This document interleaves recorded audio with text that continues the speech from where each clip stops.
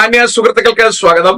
Shri C Ravichandran പറയുന്ന ഓരോ വിഷയങ്ങൾ ഷോർട്സ് ആയി പ്രചരിക്കുന്നുണ്ട്. അതിലൊന്ന് മൂപ്പര് പറഞ്ഞത് ബൈബിളിൽ ഒരു കഥയുണ്ടത്രേ. അത് യേശുവുമായി ബന്ധപ്പെട്ട ഒരു കഥയാണ്. ഇയാൾ ചില വീഡിയോയിൽ പറയും യേശു ജീവിച്ചിരുന്നു എന്ന് അയാൾ വിശ്വസിക്കുന്നില്ല. അടുത്ത് പറയും യേശുവിൻ്റെതായിട്ട് കഥയുണ്ട്. എന്തെങ്കിലുമൊക്കെ ആയിക്കൊണ്ട് പോട്ടെ, ഞാൻ അവിടേക്കൊന്നും പോകുന്നില്ല. അപ്പൊ മൂപ്പര് പറയുന്ന കാര്യം, യേശുവിൻ്റെതായ ഒരു കഥയുണ്ട്. ഒരു കഥ ഡെവലപ്പ് ചെയ്യാൻ രണ്ട് കാര്യങ്ങൾ മതി, ഒരു പേനയും ഒരു പേപ്പറും.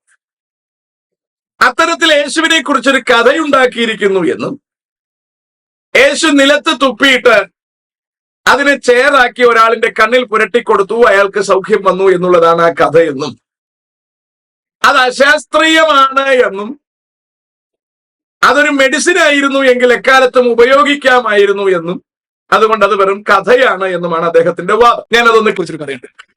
യേശുവിനെ കുറിച്ചുള്ള കഥ ഇതാണ്. അദ്ദേഹത്തിന് ഈ തുപ്പൽ കുഴച്ച മണ്ണ് വെച്ച് അദ്ദേഹത്തിന് ഒരാൾക്ക് കാഴ്ച കൊടുത്തു എന്നാണ് കഥ. അപ്പോ ഇതൊരു കഥയാണ്. ഇത് കഥ എഴുതാൻ വേണ്ടുന്നത് ഒരു പേന. ഇപ്പൊ അന്നത് പേനയല്ല, വേറെ ഇപ്പൊ ഇന്ന് വേണ്ടുന്ന ഒരു പേന, ഒരു ഷീറ്റ് പേപ്പർ, ഇമാജിനേഷൻ, കഥ റെഡിയായി. ഈ കഥ കൊണ്ട് നമുക്ക് വീട്ടിൽ പോകാം. യേശു ചെയ്തത് അന്ധത പരിഹരിച്ചു എന്നൊരു കഥ ഉണ്ടാക്കുകയാണ്. പക്ഷെ അന്ധതയ്ക്ക് ഒരു മരുന്നായിരുന്നു യേശു കണ്ടുപിടിച്ചിരുന്നെങ്കിൽ ഇന്ന് തലമുറകളോളം ഇങ്ങനെ ഈ പറഞ്ഞോണം ഇങ്ങനെ ജീവിക്കേണ്ടി വരില്ലായിരുന്നു. അതാണ് ഒരു വ്യത്യാസം എന്ന് പറയുന്നത്. അതൊരു മരുന്ന്, എല്ലാവർക്കും ഉപയോഗിക്കാവുന്ന, ക്രിസ്ത്യാനികൾക്കോ ഹിന്ദുക്കൾക്കോ മുസ്ലിങ്ങൾക്കോ മാത്രമല്ല, ലോക ജനതയ്ക്ക് മുഴുവൻ പ്രയോജനപ്പെടുന്ന ഒരു മരുന്ന്. ഒരു പെൻസിലിൻ കണ്ടുപിടിച്ച അലക്സാണ്ടർ ഫ്ലെമിങ്ങിന്റെ പദവി ഒന്ന് ആലോചിച്ച് നോക്കുക. ഇത്തരത്തിലുള്ള കഥകളുമായിട്ട് കഥകൾ കൊണ്ട് എന്താണ് പ്രയോജനം? കഥകൾ കൊണ്ട് എന്തും പറക്കാം, പരവതാനി. പക്ഷേ നമുക്കൊരു വിമാനം ഉണ്ടാക്കണമെങ്കിൽ എത്രയോ പേരുടെ ത്യാഗം അതിന്റെ പിന്നിലുണ്ട് എന്ന് പറയാം. അപ്പം അന്ധതയ്ക്കൊരു മരുന്നല്ല, അന്ധത മാറ്റുന്നൊരു കഥയാണ് അദ്ദേഹം കൊണ്ടുവരുന്നത്. അന്ധതയ്ക്കൊരു മരുന്നല്ല, അന്ധതയെ കുറിച്ചൊരു കഥയാണ് അവിടെ പറഞ്ഞത് എന്നാണ് അദ്ദേഹം അവകാശപ്പെടുന്നത്. പെൻസിലിൻ കണ്ടുപിടിച്ചതുപോലെ ഒരു കണ്ടുപിടുത്തമാണ് യേശു ചെയ്തിരുന്നതെങ്കിൽ അത് നാട്ടുകാർക്ക് ഗുണം വരുമായിരുന്നു എന്നുള്ളതാണ് അദ്ദേഹത്തിന്റെ വാദം. യേശുക്രിസ്തു അത്തരത്തിലൊരു മരുന്ന് നൽകാൻ തന്നെയാണ് ഈ ഭൂമിയിലേക്ക് വന്നത്. അങ്ങനെ ഒരു മരുന്ന് ഉണ്ടായിരുന്നെങ്കിൽ അത് ഗുണകരമായിരുന്നു എന്ന് പറയുമ്പോൾ തന്നെ ശ്രീ രവിചന്ദ്രൻ അത്തരത്തിലൊരു മരുന്നിനെ നിഷേധിക്കുക. കാരണം 1370 കോടി വർഷങ്ങൾക്ക് പുറകിൽ നടന്നു എന്ന് പറയുന്ന ഒരു വിസ്ഫോടനത്തെ കൃത്യമായി രവിചന്ദ്രൻ വിശ്വസിക്കുന്നുണ്ട്. അതെന്തിന്റെ അടിസ്ഥാനത്തിലാണെന്ന് ചോദിക്കരുത്. എന്നാൽ ഈ ഭൂമിയുടെ പുറകിൽ അല്ലെങ്കിൽ ഈ യൂണിവേഴ്സിന്റെ പുറകിൽ ഒരു സൃഷ്ടാവ് ഉണ്ടെന്നുള്ള കാര്യത്തിൽ അയാൾക്ക് വിശ്വസിക്കാൻ തയ്യാറല്ല. അതിന്റെയും അടിസ്ഥാനം എന്തെന്ന് നമ്മൾ ചോദിക്കരുത്. അപ്പോൾ ശരിക്കും 1370 വർഷം മുമ്പെന്ന് പറഞ്ഞാലും വേണ്ടില്ല, 1370 കോടി വർഷം മുമ്പ് നടന്ന വിസ്ഫോടനമാണ് ഇവർ പറയുന്നത്. അപ്പോൾ ഇത്രയും വർഷത്തിന് പുറകിൽ നടന്ന വിസ്ഫോടനത്തിൽ ഇവർ വിശ്വസിക്കുന്നു.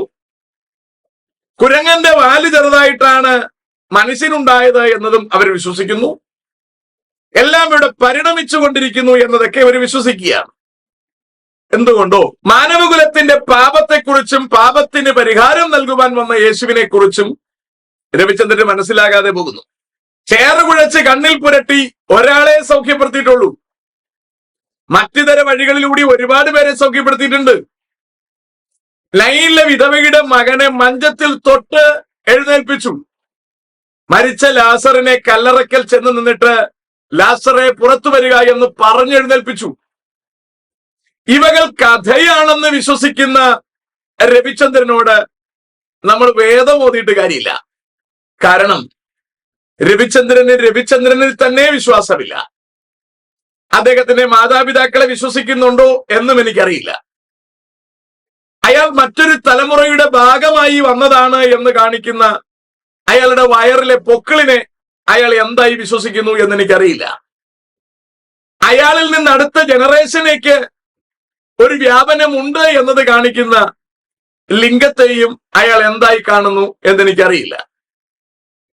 അപ്പോൾ ഇതിന്റെ എല്ലാം ഏറ്റവും പുറകിൽ ഒരു ക്രിയേറ്റർ ഇല്ലാതെ ഇതെങ്ങനെ വന്നു എന്ന് ചിന്തിക്കാനും മനസ്സിലാക്കാനും ഇതിൽ പരം കാര്യം വേണമെന്നൊന്നും എനിക്ക് തോന്നുന്നില്ല. ഏതായാലും ദൈവത്തെ ദൈവമെന്ന് ഓർത്ത് നന്ദി കാണിക്കുകയോ മഹത്വീകരിക്കുകയോ ചെയ്യാതെ അവരുടെ വിവേകമില്ലാത്ത ഹൃദയം ഇരുണ്ടുപോയി, അവർ ജ്ഞാനികൾ എന്ന് പറഞ്ഞ് മൂഢനായി പോയി എന്ന് വചനം പറയുന്ന പ്രകാരം ജ്ഞാനം ജ്ഞാനം ജ്ഞാനം എന്ന് പറയുമ്പോൾ അത് നോക്കിയിട്ട് എനിക്ക് ഒരുപാട് മൂഢത്തരമാണ് തോന്നുന്നത്. ഇപ്പൊ അവർ നമ്മളെ നോക്കിയിട്ട് നമ്മളെ മൂഢന്മാരെന്ന് പറയുന്നത് പോലെ തിരിച്ചതിനേക്കാൾ വലുത് പറയാനുണ്ട്. ഞാൻ കഴിഞ്ഞ ഏതോ വീഡിയോയിൽ പറഞ്ഞിരുന്നു, ഈ ഭൂമി ഉണ്ടായി എന്ന് പറയുന്ന പൊട്ടിത്തെറിക്കൽ അവരൊരു ശാസ്ത്ര പരീക്ഷണമായി നടത്തുകയാണ്.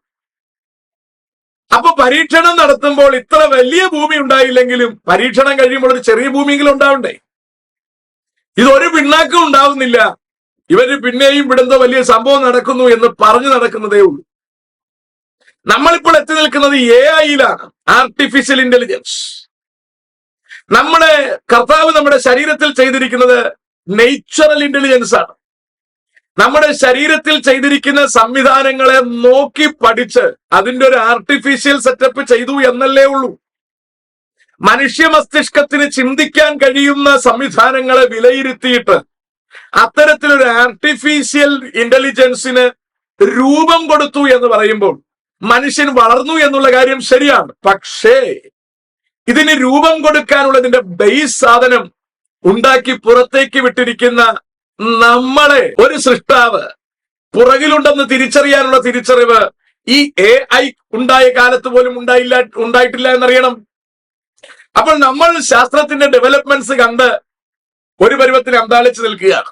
ഈ ഡെവലപ്മെന്റ്സ് എല്ലാം ഇവിടെയുള്ള ബേസിൽ നിന്ന് എടുത്ത് പഠിച്ചുണ്ടാക്കിയതല്ലേ, അല്ലാതെ എന്തെങ്കിലും ഉണ്ടാക്കിയിട്ടുണ്ടോ?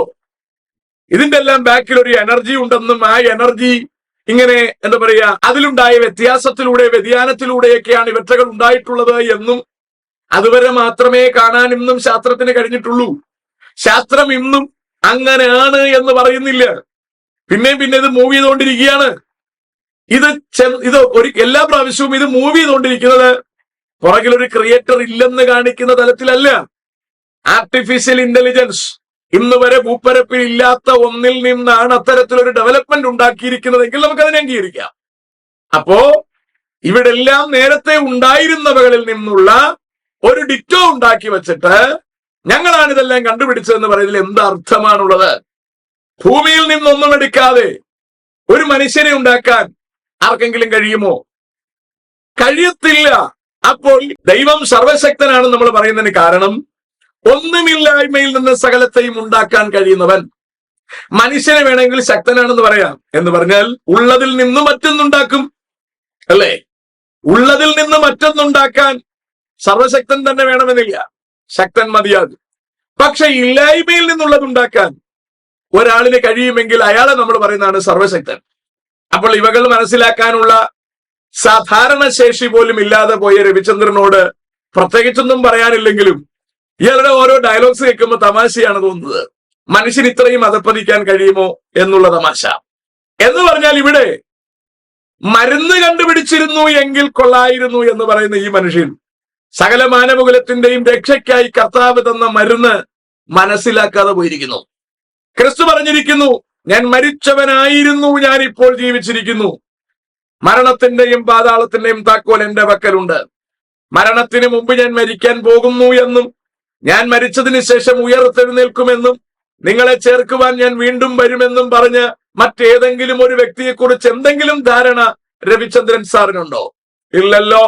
യേശുക്രിസ്തു പറഞ്ഞതിൽ നിന്നും വേറിട്ടെന്തെങ്കിലും സംഭവം ഈ ഭൂപ്പരപ്പിൽ സംഭവിക്കുന്നതായി താങ്കൾക്ക് കാണിച്ചു തരാൻ കഴിയുമോ? ഇല്ലല്ലോ. എന്നിട്ടും താങ്കൾക്ക് വിശ്വസിക്കാൻ കഴിയാതിരിക്കുന്നതിന്റെ കാരണം ഈ ലോകത്തിന്റെ പ്രഭു അവിശ്വാസികളുടെ കണ്ണു കുരുടാക്കുന്നു എന്ന് തിരുവെഴുത്ത് കൃത്യമായി പറയുന്നു. അതിൽ നിന്ന് ഒരു വ്യത്യാസവും രവിചന്ദ്രനിലും കാണുന്നില്ല, കൂടെയുള്ളവരിലും കാണുന്നില്ല. അതുകൊണ്ട് പുരോഗമനങ്ങളെ കുറിച്ച് വെറുതെ കഥ പറയാതെ അതിനെ ഉറപ്പായി പറയുന്നത് കുറച്ച് നന്നായിരിക്കും. വൈദ്യശാസ്ത്രം പുരോഗമിച്ചു എന്ന് പറയുമ്പോൾ മനുഷ്യന്റെ ലൈഫ് സ്പാൻ താഴോട്ട് പോവുകയാണ്, മനുഷ്യന്റെ ആരോഗ്യം കുറയുകയാണ്, മനുഷ്യന്റെ ജീവിത നിലവാരത്തിന്റെ എല്ലാ സംവിധാനങ്ങളും കുറയുകയാണ്. ഇവിടെ എന്തു വളർന്നു എന്നാണ് ഈ അവകാശം പറയുന്നത്? പോലീസ് സ്റ്റേഷനുകളുടെ എണ്ണം കൂടുന്നത്, ക്രിമിനൽസ് കൂടുന്നു, കുറ്റകൃത്യങ്ങൾ കൂടുന്നു എന്നുള്ളതിന്റെ തെളിവല്ലേ? ഹോസ്പിറ്റലുകളുടെ എണ്ണം കൂടുന്നു, എല്ലായിടത്തും ക്രമാതീതമായ തിരക്കെന്ന് പറഞ്ഞാൽ അതിന്റെ അർത്ഥം മനുഷ്യൻ രോഗിയായി ബലഹീനനായി മാറുന്നു എന്നല്ലേ? ശാസ്ത്രം ഇത്രത്തോളം പുരോഗമിച്ചിട്ടും എന്ത് ആരോഗ്യമുള്ളൊരു സമൂഹത്തെ ഉണ്ടാക്കാൻ കഴിയാത്തത്? അങ്ങനെ കഴിയില്ല സുഹൃത്തെ. എന്ത് ധാർമ്മികമായി മൂല്യച്യുതിയുള്ള ഒരു സമൂഹം ഉണ്ടാകുന്നത്? എവിടെ ദൈവത്തിൽ നിന്ന് മനുഷ്യൻ അകലുന്നുവോ അവിടെ അവൻ അധാർമികനായി മാറും. അതിന് സംശയം വേണ്ട. കമ്പ്യൂട്ടറിന്റെ വരവോടുകൂടി എല്ലാം cut copy paste and delete ആയി മാറിയിരിക്കുന്നു എന്നുള്ളത് നമുക്കറിയാമല്ലോ. അതുകൊണ്ട് മനുഷ്യന്റെ അവസ്ഥയെക്കുറിച്ച് കൃത്യമായി മനസ്സിലാക്കുവാൻ നമുക്ക് കഴിഞ്ഞാൽ നന്നായിരുന്നു. ബൈബിളിലുള്ളത് കഥകളല്ല, ചരിത്രമാണ്. ഇനി ഒന്നുകൂടി പറഞ്ഞ് ഞാൻ അവസാനിപ്പിക്കാം. ഇവിടെ പറയുന്നത് കഥയാണെന്നാണ് രവിചന്ദ്രന്റെ വാദം. ഇവിടെ സുവിശേഷകൻ എഴുതിയിരിക്കുന്നത് കഥയല്ല, അവർ നേരിൽ കണ്ടതാണ്, ചരിത്രമായി രേഖപ്പെടുത്തിയിരിക്കുകയാണ്. അല്ലാതെ യേശുക്രിസ്തുവിന്റെ കാലത്തിന് ശേഷം കുറെ കാലങ്ങൾ കഴിഞ്ഞ് ക്രിസ്തുവുമായി യാതൊരു ബന്ധവുമില്ലാത്ത ആൾക്കാർ എഴുതിപ്പിടിപ്പിച്ച നുണക്കഥകളല്ല. യേശുവിന്റെ കൂടെ നടന്ന് യേശുവിന്റെ ശുശ്രൂഷകൾ നേരിട്ട് കണ്ട് അനുഭവിച്ച വ്യക്തികൾ എഴുതി വച്ചിരിക്കുന്നതാണ്. യോഹന്നാൻ അപ്പോസ്തലൻ ലേഖനം എഴുതുമ്പോൾ ഇങ്ങനെയാണ് പറയുന്നത്, ആദ്യം മുതലുള്ളതും ഞങ്ങൾ കേട്ടതും സ്വന്തം കണ്ണുകൊണ്ട് കണ്ടതും ഞങ്ങൾ നോക്കിയതും ഞങ്ങളുടെ കൈ തൊട്ടതുമായ ജീവന്റെ വചനം സംബന്ധിച്ച്. കേട്ടോ, വളരെ അവർ തൊട്ടതാ, അവർ കണ്ടതാ, അവർ അനുഭവിച്ചതാ.